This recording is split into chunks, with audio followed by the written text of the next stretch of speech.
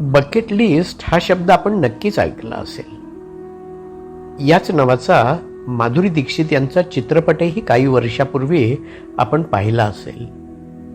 Bucket list म्हणजे एखाद्या व्यक्तीला आपल्या आयुष्यात पूर्ण करायच्या असलेल्या किंवा अनुभवायच्या असलेल्या गोष्टींची किंवा ध्येयांची यादी. सोप्या भाषेत सांगायचं तर निधनापूर्वी किंवा आयुष्याचा शेवट होण्याआधी करायच्या इच्छांची यादी म्हणजे बकेट लिस्ट. आज आपण अँटी बकेट लिस्ट हा वेगळा विचार बघणार आहोत. अँटी बकेट लिस्ट, सगळंच मिळवण्याची गरज नसण्याचं स्वातंत्र्य. लेखक डॉक्टर प्रसाद राजहंस. काही वर्षापूर्वी यशाची व्याख्या करणं खूप सोपं होतं. चांगलं शिक्षण घ्या, चांगली नोकरी मिळवा, कुटुंब उभारा, सन्मानानं आयुष्य जगा, बस.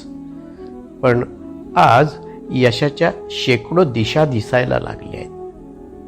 तुमचे मित्र मॅरेथॉन धावत आहेत, कुणीतरी आयर्नमॅन पूर्ण केलंय, एखादा सहकारी हिमालयातील फोटो पोस्ट करत आहे, दुसरा स्काय डायव्हिंग करत आहे, कुणी जगभरातील दुर्गम मंदिरांना भेट देत आहे, एखादा वन्यजीव छायाचित्रकार झालाय, कुणीतरी 45व्या वर्षी गिटार शिकलाय, तर दुसरा बालीमध्ये योगाभ्यास करत आहे.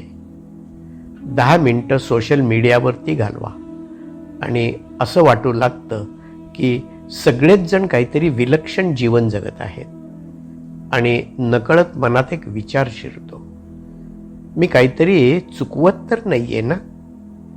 कदाचित मला जास्त प्रवास करायला हवा, कदाचित ट्रेकिंग करायला हवं, कदाचित मॅरेथॉन धावायला हवे, कदाचित संगीत शिकायला हवं, कदाचित अजून देश पाहायला हवेत, कदाचित काहीतरी विशेष करायलाच हवं. ही यादी वाढतच जाते. हीच आधुनिक काळातील बकेट लिस्ट. पण या सगळ्या तुलना आणि धावपळीत दुसरा एक प्रश्न शांतपणे समोर येतो. या गोष्टी माझ्या यादीत असायलाच हव्यात, हे ठरवलं कुणी? एकदा माझा एक मित्र म्हणाला होता, मी पहाटे 4 वाजता उठून जंगलात वाघाच्या मागे का धावू? त्याच्यासाठी वन्यजीव सफारीचं आकर्षण काहीच नव्हतं. पण दुसऱ्यासाठी जंगलात मुक्तपणे फिरणारा वाघ पाहणं हे आयुष्यातलं मोठं स्वप्न असू शकतं. दोघेही चुकीचे नाहीयेत. आपण अनेकदा विसरतो, पण हीच कदाचित सर्वात महत्त्वाची गोष्ट आहे. प्रत्येक माणूस एकसारख्या गोष्टींमध्ये आनंद शोधण्यासाठी बनलेला नसतोच मुळी. काहींना साहस आवडतं, काहींना ध्यानधारणा, काहींना डोंगर मोहिमा आवडतात, तर काहींना समुद्रकिनारी शांत बसणं. काही लोक 20 देश फिरतात, तर काही जण एका छोट्या गावात आठवडा घालवून तिथल्या माणसांना, संस्कृतीला, अन्नाला आणि शांततेला समजून घेतात. काही लोकांना खरंच घरात राहण्यात सर्वाधिक आनंद मिळत असतो आणि शांतपणे अनुभवलेला आनंद हा सार्वजनिकरित्या दाखवलेल्या आनंदापेक्षा कमी मोलाचा कधीच नसतो. आपल्या बालपणीचा काळ आठवा. आनंद किती साधा होता. उन्हाळ्याच्या सुट्ट्या म्हणजे नातेवाईकांकडे मुक्काम, चित्रपट पाहणं आणि तोही कमी तिकिटात किंवा शेजारच्याच्या घरी टीव्हीवर. आईस्क्रीम खायला जाणं हा आठवणीत राहणारा प्रसंग. लहान सहान गोष्टींमध्येही उत्साह असायचा, कारण त्या दुर्मिळ होत्या. आज आपल्याकडे भरपूर पर्याय आहेत. अमर्याद प्रवास, अमर्याद मनोरंजन, अमर्याद माहिती, अमर्याद अनुभव, सगळं काही अमर्याद. पण गंमत म्हणजे अमर्याद पर्याय अनेकदा अमर्याद ताणही निर्माण करतात. मानसशास्त्रात याला चॉईस ओव्हरलोड म्हणतात. खूप जास्त पर्याय असतील तर समाधान वाढण्याऐवजी चिंताच वाढतात. कारण एकदा सगळंच शक्य झालं की माणसाला सगळंच अनुभवण्याची जबाबदारी वाटायला लागते. पण प्रत्यक्षात कुणीही सगळं करू शकत नाही. कुणीही प्रत्येक देश पाहू शकत नाही, प्रत्येक कौशल्य शिकू शकत नाही, प्रत्येक खेळ खेळू शकत नाही, प्रत्येक कार्यक्रमाला जाऊ शकत नाही, प्रत्येक आश्चर्य अनुभवू शकत नाही, प्रत्येक जीवन जगू शकत नाही. आणि कदाचित इथेच एक नवीन विचार उपयोगी ठरतो, anti bucket list. Anti bucket list म्हणजे निराशावाद नाहीये, ती आळसही नाहीये, महत्वाकांक्षेचा अभावही नाहीये, ती त्याहून अधिक मुक्त करणारी गोष्ट आहे.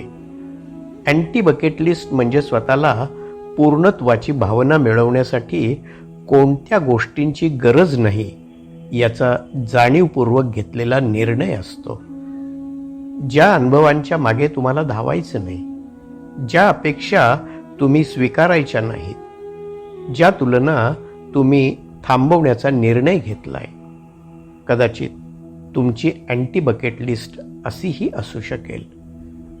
मला मॅरेथॉन धावण्याची गरज नाही, मला 50 देश फिरण्याचीही गरज नाही, मला प्रत्येक छंद शिकण्याची गरज नाही, मला चांगलं जगतोय याचा सार्वजनिक पुरावा द्यायची गरज नाही, मला प्रत्येक अनुभवाचं कंटेंट बनवायची गरज नाही.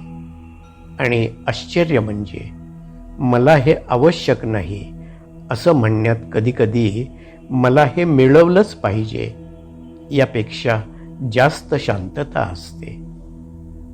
आधुनिक जीवनाचा आणखी एक शांत परिणाम आहे. लोक अनेकदा क्षण जगण्यापेक्षा त्याचे फोटो काढण्यात अधिक व्यस्त असतात. सुंदर निसर्ग मोबाईलच्या स्क्रीनमधून पाहिला जातो, सूर्यास्त हा कंटेंट बनतो, प्रवास हा पुरावा बनतो, सुट्टी म्हणजे दस्तऐवजीकरणच बनतं. आणि या सगळ्यात खरा अनुभव कुठेतरी हरवूनच जातो.